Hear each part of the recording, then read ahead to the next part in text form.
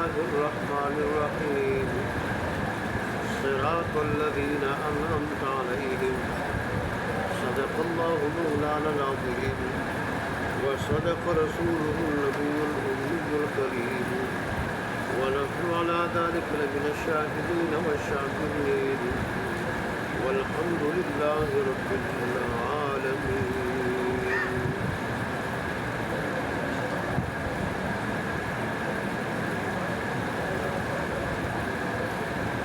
سورہ فاتحہ میں سب سے پہلے اللہ تبارک و تعالیٰ کی صفات ذکر ہوئی اور پھر اللہ تبارک و تعالیٰ کی عبادت اور اسی سے مدد مانگنے کا تذکرہ ہوا، اور اس کے بعد انسان نے جب دعا مانگی تو اپنی سب سے پہلی اور بنیادی ضرورت مانگی صراط مستقیم کی صورت میں، اور پھر صراط مستقیم میں جو نمونہ ہے ان لوگوں کا ذکر کیا گیا کہ اللہ راستہ سیدھا ان لوگوں کا کہ جن پر تیرا انعام ہوا، ان لوگوں کا راستہ جن پر تیرا انعام ہوا۔ انعام یافتہ بندے قرآن میں ان کا ذکر آتا ہے تو وہ انبیاء ہیں، صدیقین ہیں، شہداء ہیں، صالحین۔ سب سے پہلے انبیاء کا ذکر ہے۔ انبیاء تو وہ ہستیاں ہوتی ہیں کہ ان کی قوت علمی، قوت عملی اور قوت نظری، یعنی ان کی سوچ، فکر، عقیدہ، یہ سب سے اعلیٰ اور سب سے مضبوط ہوتا ہے۔ قوت علمی بھی سب سے مضبوط، سب سے اعلیٰ، قوت عملی بھی سب سے اعلیٰ اور مضبوط، اور قوت نظری بھی سب سے اعلیٰ اور سب سے مضبوط، عقیدہ بھی سب سے اعلیٰ اور مضبوط۔ اور یہی وجہ ہے کہ انبیاء کی اطاعت فرض ہوتی ہے، انبیاء کی اطاعت فرض ہوتی ہے۔ انبیاء گناہوں سے معصوم ہوتے ہیں، نہ صغیرہ گناہوں سے سرزد ہو سکتا ہے، نہ کبیرہ گناہ سرزد ہو سکتا ہے، بلکہ انبیاء سے اگر معمولی لغزش بھی ہو جائے، معمولی لغزش، تو اس پہ بھی ان کی تنبیہ ہوتی ہے۔ وہ نبوت سے پہلے بھی معصوم ہے، نبوت کے بعد بھی معصوم ہے۔ اس لیے ہر دور کا نبی وہ اپنی امت کے لیے نمونہ ہوتا ہے۔ ہر دور کا نبی اپنی امت کے لیے نمونہ ہوتا ہے۔ سب سے زیادہ دانا، سمجھدار، ہوشیار اور سب سے زیادہ عمل کرنے والا، سب سے اس کا ایمان زیادہ، سب سے زیادہ عقیدہ مضبوط ہوتا ہے۔ اللہ کی کتاب کا عملی نمونہ ہوتا ہے اللہ کا نبی، عملی نمونہ۔ جیسے حضرت عائشہ صدیقہ رضی اللہ تعالیٰ عنہا سے کسی نے رسول اللہ کی سیرت کے بارے میں پوچھا کہ رسول اللہ کی سیرت کیا ہے، تو انہوں نے کہا آپ نے قرآن پڑھا نہیں، قرآن سارا کا سارا رسول اللہ کی سیرت ہے، قرآن سارا کا سارا آپ کی سیرت ہے۔ یعنی قرآن نے جو کہا آپ نے وہی کر دکھایا، قرآن نے جو کہا آپ نے وہی کر دکھایا، اور آپ نے وہی کر دکھایا جو قرآن نے کہا۔ گویا قرآن دو ہے، ایک لکھا ہوا اور ایک عمل کی شکل میں ہے۔ تو عمل کی شکل میں اگر قرآن ہے وہ آپ کی ذات ہے۔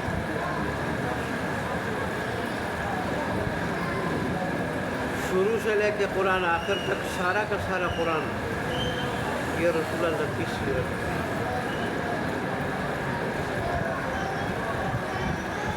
اللہ اکبر۔ نبی انسان ہوتا ہے، رسول تو فرشتے بھی ہوتے ہیں رسول، لیکن نبی نبوت انسانوں کے ساتھ تھا۔ اس لیے علم کلام والے نبی کی تعریف ہی کرتے ہیں، وہ انسان یبعثہ اللہ لتبلیغ ما اوحی الیہ، کہ وہ ایک انسان ہوتا ہے جس کو اللہ تبارک و تعالیٰ اس چیز کی تبلیغ کے لیے بھیجتا ہے جو اللہ اس کی طرف وہی کرتا ہے۔ تو بہرحال انبیاء تو نمونہ ہوتے ہیں، اس لیے صراط مستقیم جو اللہ سے بندے نے مانگا تو ساتھ پھر نمونے کی بھی دعا کی کہ اللہ مجھے اس طرح سیدھے راستے پہ چلا جیسے تیرے انبیاء چلتے رہے۔ یہ مطلب ہے نمونے کا، مجھے سیدھے راستے پہ اس طرح چلا جیسے تیرے انبیاء چلتے رہے۔ اس کے بعد پھر صدیقین ہیں۔ صدیق کہتے ہیں راست باز آدمی کو، راست باز آدمی، سچا نبی جو ہوتا ہے اس کی قوت علمی، قوت عملی اور قوت نظری، سوچ، فکر، عقیدہ یہ نبی کے قریب ہوتا ہے، نبی کے قریب ہوتا ہے۔ دوسرے الفاظ میں اب یوں کہہ لیں کہ اس کا جو ظرف ہوتا ہے، اس کا جو دل و دماغ ہوتا ہے اور ذہن ہوتا ہے، یہ نبی کے علوم کا عکس ہوتا ہے، کہ نبی کے علوم کا عکس اس پہ ظاہر ہوتا ہے، اس پہ دل پہ دماغ پہ نبی کے علوم کا عکس ظاہر ہوتا ہے۔ نبی کے علوم کا وہ کیا ہوتا ہے؟ آئینہ ہوتا ہے وہ، اور نبی کے عدم موجودگی میں صدیق کی سوچ، صدیق کی بات وہی ہوتی ہے جو نبی کی ہوتی ہے۔ صلح حدیبیہ کے موقع پر حضرت عمر فاروق نے بھی جہاں اور صحابہ کو شرائط پہ، صلح حدیبیہ کی شرائط پہ وہ ناراض تھے، تشویش تھی، ہمارے عمر فاروق نے بھی رسول اللہ صلی اللہ علیہ وسلم سے کے سامنے اپنی تشویش کا اظہار کیا اور کہنے لگے اللہ کے پیارے رسول کیا ہم حق پہ نہیں ہیں؟ آپ نے فرمایا بالکل حق پہ ہے۔ پھر عرض کی کیا وہ باطل پہ نہیں ہے؟ انہوں نے فرمایا بالکل باطل پہ ہے۔ پھر فرمایا کیا ہم میں سے جو مرے گا وہ جنت میں نہیں جائے گا؟ فرمایا جائے گا۔ ان کا جو مرے گا جہنم میں نہیں جائے گا؟ فرمایا جائے گا۔ تو پھر کہنے لگے کہ پھر اس قدر کمزور شرط ہم نے کیوں مانی؟ جب ہم حق پہ اور ہم ان کے ساتھ ٹکر لیں تو ہم جنت میں جائیں، وہ جہنم میں جائیں، کمزور شرط ہم نے کیوں مانی؟ تو اس پہ رسول اللہ صلی اللہ علیہ وسلم نے کیا الفاظ فرمائے، ارشاد فرمایا کہ عمر میں اللہ کا نبی ہوں، مجھے اللہ تبارک و تعالیٰ ہرگز ضائع نہیں کرے گا، ہرگز ضائع نہیں کرے گا۔ مطلب کیا؟ یہ اللہ کا فیصلہ ہے، اللہ کا فیصلہ ہے کہ تم کافر جو کہہ رہے مانو، اس میں تمہارے لیے فتح مبین ہے، رب کہتا ہے مانو۔ اور ظاہر اللہ کا ہر فیصلہ بندے کو سمجھ میں آئے یا نہ، اس میں بندے کا فائدہ ہوتا ہے، اس میں حکمت ہوتی ہے، مصلحت ہوتی ہے، تو اس میں ضرور ہمارا فائدہ ہے۔ یہ مطلب ہے کہ مجھے اللہ ہرگز ضائع نہیں کرے۔ اچھا، جو الفاظ رسول اللہ صلی اللہ علیہ وسلم کہتے ہیں من و عن بالکل بیانی، وہی الفاظ صدیق اکبر کے پاس، پھر عمر فاروق پہنچے صدیق اکبر ان کے پاس، اور نے کہا کہ صدیق اے ابو بکر کیا ہم حق پہ نہیں، وہ باطل پہ نہیں، جو رسول اللہ صلی اللہ علیہ وسلم کو جو بات بتائی تھی، اس قدر کمزور شرط ہے، پھر رسول اللہ صلی اللہ علیہ وسلم نے کیوں مانی؟ تو حضرت صدیق اکبر نے کیا فرمایا؟ کہنے لگے کہ عمر وہ اللہ کے نبی ہیں اور اللہ ہرگز انہیں ضائع نہیں کریں گے۔ یہی الفاظ رسول اللہ صلی اللہ علیہ وسلم کے اور یہی الفاظ جو ہے نا حضرت صدیق اکبر رضی اللہ عنہ کے، مطلب یہی تھا کہ وہ جو کچھ رسول اللہ نے فیصلہ کیا ہے اللہ تبارک و تعالیٰ کے حکم سے، اس میں مسلمانوں کا فائدہ ہے۔ چنانچہ اس کا فائدہ اتنا بڑا کہ اللہ نے اس کو فتح مبین قرار دیا، کھلی فتح، واضح فتح۔ اور وجہ اس کی یہ بنی، وجہ اس کی یہ تھی، اس میں حکمت یہ تھی کہ جب دونوں طرف سے جنگ بندی ہو گئی، اب مکے والے مدینے جا سکتے تھے، مدینے والے ادھر آ سکتے تھے، اور آس پاس کے اور جو لوگ تھے وہ مدینے جا سکتے تھے، اور اس طرح رسول اللہ صلی اللہ علیہ وسلم کی تعلیمات کو اپنے کانوں سے سننا شروع کیا اور آپ کے اعمال کو آنکھوں سے دیکھنا شروع کیا، آپ کے معمولات کو دیکھنا شروع کیا، آپ کی صحبت میں رہنا شروع کیا، قرآن کی تعلیمات کو دیکھ کے سن کے، آپ کے اعمال کو دیکھ کے سن کے، آپ کی صحبت میں رہ کے لوگوں پہ ایسا اثر ہوا کہ دڑا دڑ اسلام میں داخل ہوئے۔ اور یہی وجہ ہے کہ یہ سن 6 ہجری کا واقعہ ہے، اس کے 2 سال بعد سن 8 ہجری میں اللہ نے مکہ کو فتح کر دیا۔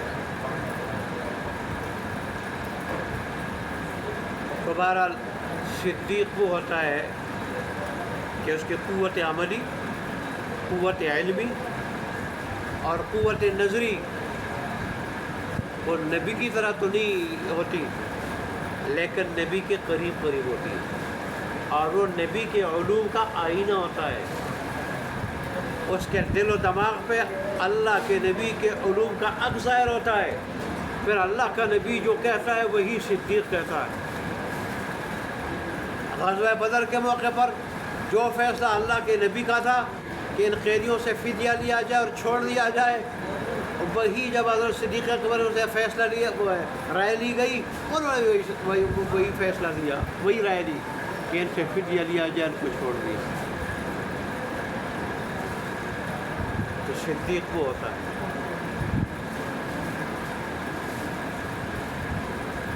اور شہداء کون لوگ ہوتے ہیں؟ جن کی قوت عملی بڑی مضبوط ہوتی ہے، عمل کی قوت، عمل کی، دین پہ عمل کی قوت بڑی مضبوط ہوتی ہے۔ وہ دین کے بڑے عامل ہوتے ہیں، یہاں تک کہ دین پہ عمل کرنے کے لیے اپنی جان کا نذرانہ بھی پیش کر دیتے ہیں، اپنی جان کو ہتھیلی پہ رکھ کے اللہ کی رضا کی خاطر اور اللہ کے دین کے لیے قربان کر دیتے ہیں۔ اور صالح کون ہوتا ہے؟ صالح وہ ہوتا ہے جو ان تینوں کا سچا پیروکار ہوتا ہے، ان تینوں کا سچا پیروکار ہوتا ہے اور ان کا مکمل پابند ہوتا ہے۔ دوسرے الفاظ میں صالح وہ آدمی ہے کہ جو اللہ کا حق بھی ادا کرتا ہے اور اللہ کے بندوں کا حق بھی ادا کرتا ہے، نہ بندوں کے حقوق ہڑپ کرتا ہے اور نہ اللہ تبارک و تعالیٰ کے حقوق میں ڈنڈی مارتا ہے۔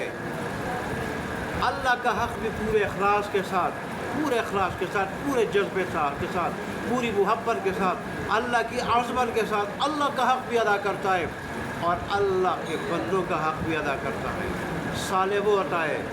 تو یہ جو اہدنا الصراط المستقیم مانگا، صراط مستقیم، تو پھر جو ہے نا ان کاملین کا نمونہ مانگا کہ اللہ میں نے تو صراط مستقیم مانگا ہے، لیکن صراط مستقیم پہ مجھے ایسا چلا جیسے تیرے انبیاء چلتے رہے، اللہ ایسا چلا جیسے صدیقین چلتے رہے، اللہ ایسا چلا جیسے شہداء چلتے رہے، اللہ تبارک و تعالیٰ ایسا چلا جیسے صالحین چلتے رہے۔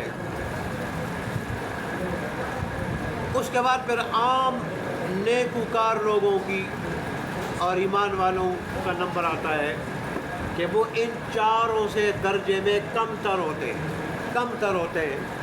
تو دیکھیں اللہ تبارک و تعالیٰ کی ذات کتنی اونچی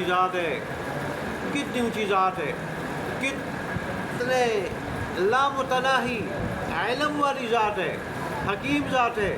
اس نے ہمیں پہلی دعا، سب سے پہلی دعا جو اس نے بتائی، کیسی جامع معنی دعا اس نے بتائی کہ مجھ سے مانگو تو سیدھا راستہ مانگو، اور اس میں پھر کیا نمونہ مانگو، کاملین کا نمونہ کہ اللہ سیدھے راستے پہ تو چلا مجھے، اس پہ استقامت نصیب فرما مجھے۔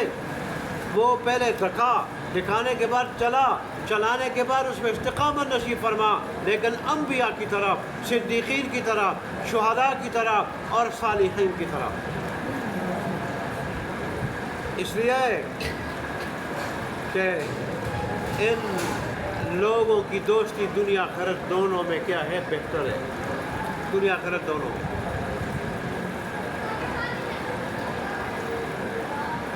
جن لوگوں کو ان چار گروہوں میں سے کسی اور گروہ میں داخل ہونا نصیب ہو جائے، وہ دنیا میں کتنی بڑی مصیبت میں کیوں نہ ہو، اتنا وہ موج کر رہا ہوتا ہے، خوش ہوتا ہے۔ حضرت ابراہیم ادہم رحمۃ اللہ علیہ بادشاہ ہیں، اور پہلے بادشاہت کی زندگی میں مست، لیکن جب اللہ نے ایک بانڈی اور لونڈی کے ذریعے ہدایت دی تو پھر اللہ تبارک و تعالیٰ کے دین پہ عمل کرنے میں اتنے مست، حج کے لیے جا رہے ہیں، اور بادشاہ ہو کے چلنے کے لیے سواری نہیں، کتنا دور کا سفر ہے، دور کا، چلنے کے لیے سواری کوئی نہیں، اور حالانکہ سواری نہ ہو تو حج فرض نہیں ہے، حج کے فرائض میں سواری بھی ہے، لیکن جا رہے۔ جو اللہ کے عاشق ہوتے ہیں وہ پھر اس کو نہیں دیکھتے کہ بھئی کون سی چیز جو ہے نا فرض ہے، کون سی چیز فرض نہیں ہے، اور مجھ پہ ایسی چیزیں میرے پاس ہے یا نہیں جس سے حج فرض ہو جاتا ہے۔ وہ اللہ کے عاشقوں کے پہنچتے ہیں، پھر پہنچتے۔ اب حج پہ جانے کے لیے سواری نہیں، پیدل جا رہے، کھانے کے لیے کوئی زادرہ نہیں، توشہ نہیں، جا رہے ہیں مست ہو کے۔ راستے میں ایک عربی ملتا ہے، دیہاتی ملتا ہے، تو کہتے ہیں ابراہیم کہاں جا رہے ہو؟ کہتے ہیں حج کے لیے۔ نہیں، حج کے لیے جا رہے ہو، نہ پاس جانے کے لیے سواری، نہ کچھ کھانے کے لیے۔ کہنے لگے میرے پاس تو بڑی سواری ہے، تجھے نظر نہیں آ رہی۔ وہ اس نے کہا وہ کس طرح؟ کہتا ہے کہ جب مجھے کوئی مصیبت پہنچتی ہے تو صبر کی سواری پہ سوار ہو جاتا ہوں، صبر کی سواری پہ میں سوار ہو جاتا ہوں، راحت ملتی ہے، کہیں راحت ملے مجھے راحت، تو میں جو ہے نا شکر کی سواری پہ سوار ہو جاتا ہوں، کہیں اللہ تبارک و تعالیٰ کا فیصلہ آ جاتا ہے تو اس پہ جو ہے نا رضا کی سواری پہ سوار ہو جاتا ہوں، رضا کی سواری پہ۔ تو اس طرح میرے پاس تو بڑی سواریاں ہیں۔ اس میں دیہاتی نے کیا کہا کہ بے شک تو سوار ہے اور حقیقی سوار ہے، اور ہم جیسے سوار جو بظاہر سوار ہے وہ حقیقت میں پیدل چلنے والے، کہ ہمیں اللہ کی پہچان نصیب نہیں، اللہ کی معرفت نصیب نہیں، اور دین کی حقیقت جو ہے ہمیں کیا وہ نصیب نہیں ہے۔ تو دین کی حقیقت اور قیمت جس کو معلوم ہو جائے، اللہ کی معرفت جسے نصیب ہو جائے، جو اللہ کو پہچانے، وہ اللہ کی ذات کے آگے پھر دنیا اور دنیا کی ساری چیزوں کو کچھ نہیں سمجھتے۔ دنیا کی لیے حقیقت ہے تو اللہ بابا کو دیکھ لے کتنے خوش رہتے تھے، کتنے خوش، اور کیسی گپ لگاتے تھے، حالانکہ بیمار تھے، نہ پرہیز کرتے تھے، کچھ نہیں کرتے تھے۔ وہ کہتے ہیں جو رات قبر میں ہوگی وہ قبر میں ہوگی، وہ باہر نہیں ہو سکتی۔ میں بیٹوں کو بھی کہتا ہوں، ڈاکٹروں کو بھی کہتا ہوں کہ میں سب کچھ کھاؤں، تو میرے اوپر نعمتیں بند کرتے ہو۔ کس قدر میں وہ کیا تھے، خوش تھے اور مست تھے، لیکن آج نہیں ہے۔ اب پچھلے ہفتے کو تبلیغی جماعت والے آئے تھے، 5-6 ترک کے تھے اور 6-7 ملتان کے تھے، ان کی دعوت کی، بڑی تکڑی دعوت کی۔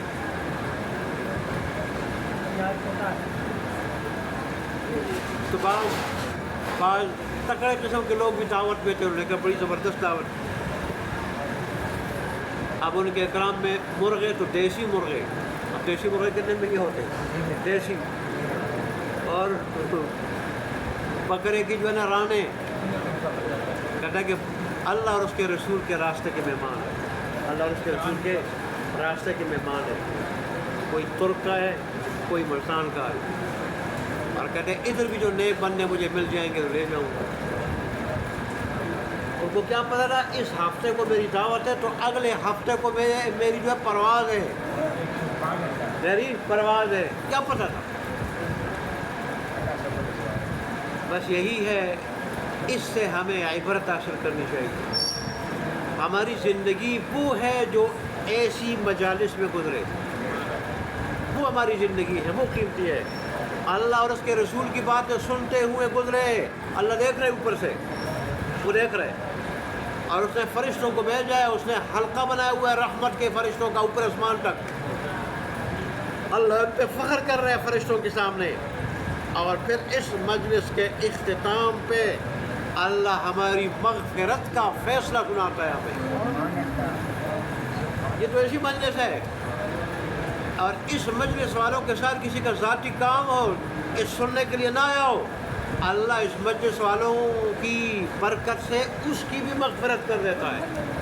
اور اس سے کہتا ہے اس کا تو کام تھا، کام سے ہٹا۔ اللہ کہتا ہے مجھے پتہ ہے کام سے ہٹا، لیکن اس مجلس کی ایسی برکت ہے کہ اس برکت کی وجہ سے اس کی مغفرت کرتا ہے۔ ایسی مجالس کی طرف کوئی خود نہیں آتا، اس کو رب پکڑ کے لاتا ہے۔ اللہ جس کو رحمت کی نگاہ سے دیکھتا ہے، محبت کی نگاہ سے دیکھتا ہے، اللہ جس کو محبوب بناتا ہے اس کو پکڑ کے لاتا ہے، خود کوئی ایسی مجالس کی طرف نہیں آ سکتا۔ تو اس پہ ہم اللہ کا لاکھ لاکھ شکر ادا کریں۔ دیکھیں جب اللہ کی طرف سے توفیق نہیں ہوتی تو کبھی ایسا بھی ہوتا ہے ہفتہ ہفتہ میں درس نہیں دے سکتا، یہ تو اس کی توفیق سے میں سنا دیتا ہوں، آپ سن لیتے ہیں۔ اللہ تبارک و تعالیٰ اس کو جاری ساری رکھے اور اخلاص اللہ ہمیں نصیب فرمائے، اور اللہ ہمیں اس کہنے اور سننے اس پہ عمل کرنے کے لیے لمبی زندگی عطا فرمائے۔ تو بہرحال یہ صراط الذین انعمت علیہم، اس کی کچھ مختصر تشریح تھی کہ ہم نے اللہ سے مانگا اور اللہ نے ہمیں مانگنے کا صحیح طریقہ سکھایا کہ مجھ سے مانگو تو سب سے پہلے وہ چیز مانگو جو تمہیں سب سے زیادہ اس کی ضرورت ہے، اور پھر اس میں نمونہ بھی مانگو کہ اللہ مجھے سیدھے راستے پہ چلا، مگر انبیاء کی طرح، صدیقین کی طرح، شہداء اور صالحین کی طرح مجھے چلا دے، کہ تاکہ میں چلنے کا حق ادا کروں، چلنے کا حق ادا کر سکوں، تاکہ میری دنیا اور آخرت دونوں بن جائیں۔ تو بہرحال اللہ ہمیں دیندار بنا دے۔